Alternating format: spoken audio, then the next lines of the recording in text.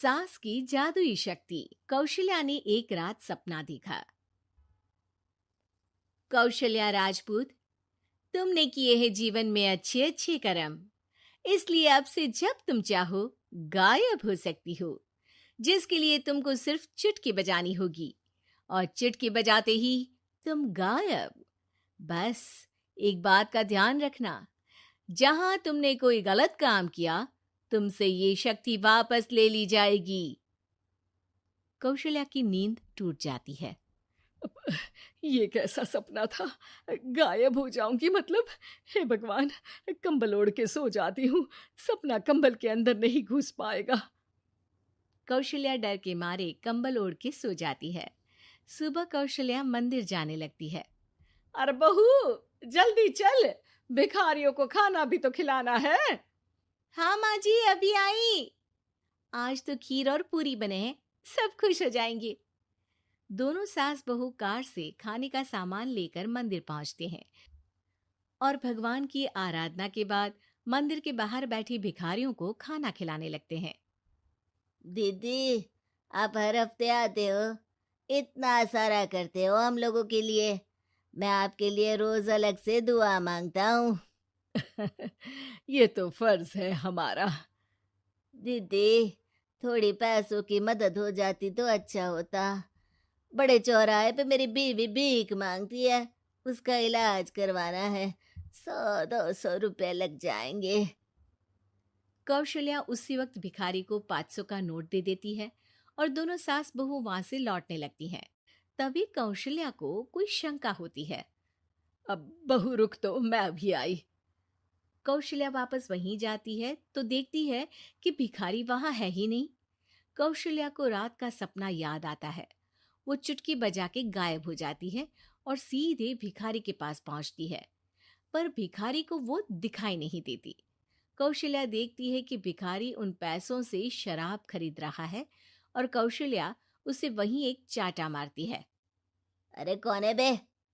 एक और चाटा पड़ता है। अरे कौन है? कौन है? हिम्मत है तो सामने आओ।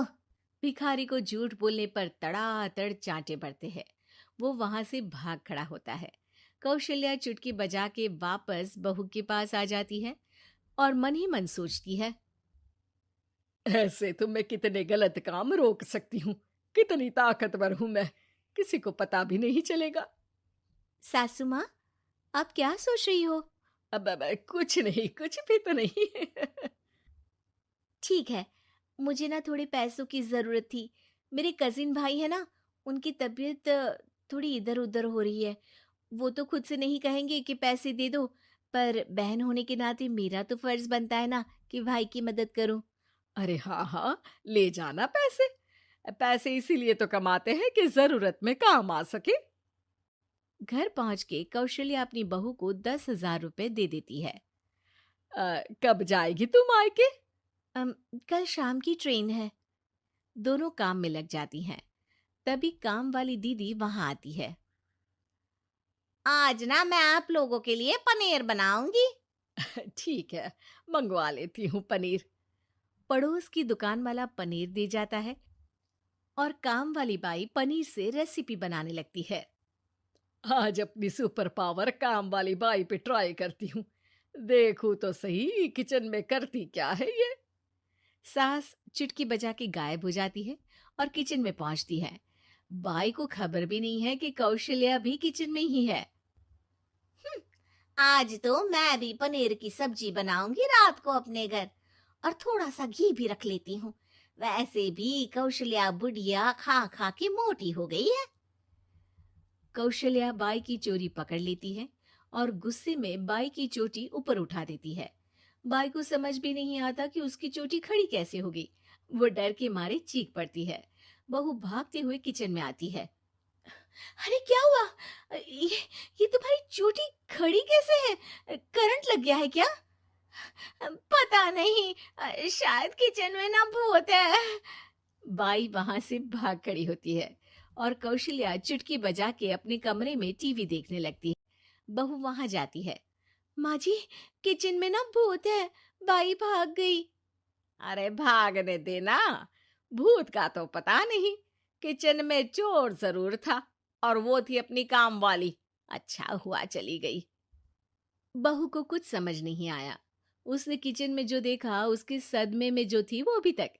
अगले दिन बहू अपने मायके के लिए निकल जाती है। कहीं भिखारी और काम वाली की तरह बहू भी तो मुझे धोखा नहीं दे रही। अरे कहीं वो पैसे ले जाके शॉपिंग तो नहीं करने वाली ना। अभी पता लगाती हूँ। मुझसे कुछ छिपा है भला। जैसे भगवान सब देख रहा है वैसे ही मैं भी सब देख रही हूँ। सास को अपनी शक्ति पर घमंड आ गया था। वो अब अच्छे काम करने की जगह अपनी शक्ति का इस्तेमाल खुद का शक मिटाने के लिए कर रही थी। वो चुटकी बजाती ही बहू के मायके चली जाती है। भैया, आपने बताया क्यों नहीं कि इतनी तबीयत खराब है? अरे तेरी सास बूढ़ी हो गई है, इतना भला काम करती है, उनकी मदद कौन करता है? यहाँ तो और भी लोग हैं ना। भैया, मेरे पास कुछ पैसे हैं। आप दूसरे डॉक्टर को दिखा दीजिए ना। अरे मुझे लगता है कि मेरा टाइम आ गया है, मुझे जाना होगा। कमरे में भाई की आत्मा को लेने यमदूत आ चुके थे। कौशल्या भले ही किसी को नहीं दिख रही थी, पर यमदूत ने उसे देख लिया। यही आत्मा है शायद, परछाई दिख रही है, पहले ही तैयार खड़ी है।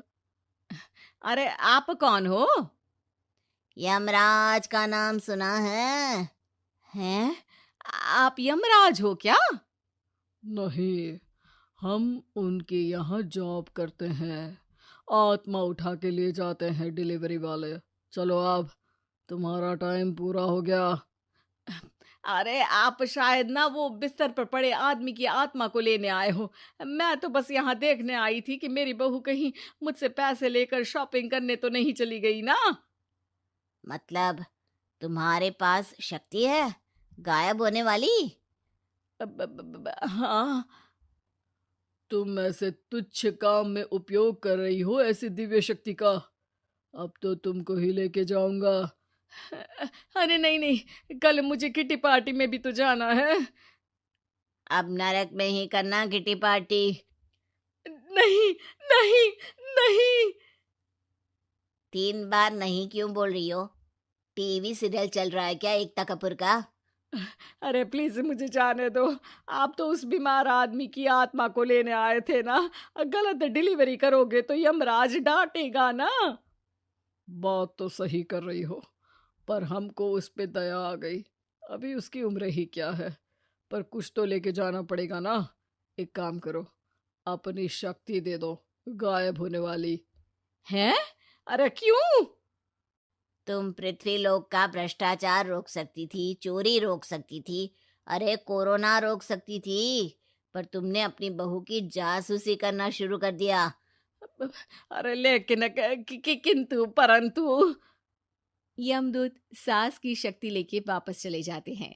कौशल्या की परछाई हवा से नीचे गिरती है और जमीन पे आते आते कौशल्या का शरीर सामने आ जाता है।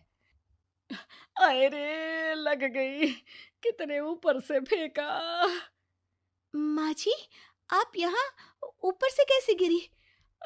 अरे समधन जी, आप अचानक कमरे में। सब घबरा जाते हैं। सास बहू को सारी बात बता देती है। ये लो आपके 10,000 रुपये। आपको मुझ पे इतना भी भरोसा नहीं है? अरे बहन, मुझे दर्द नहीं हो रहा है, अब अचानक से सब अच्छा होने लगा है। अरे तो फिर बिस्तर से उठ जाओ और मुझे लेटने दो। गिरी हूं ऊपर से तो पूरा बदन दुख रहा है। भाई को तो यमदूत ठीक करके जाते हैं, पर कौशल्या देवी दर्द के मारे बिस्तर पर आ जाती हैं।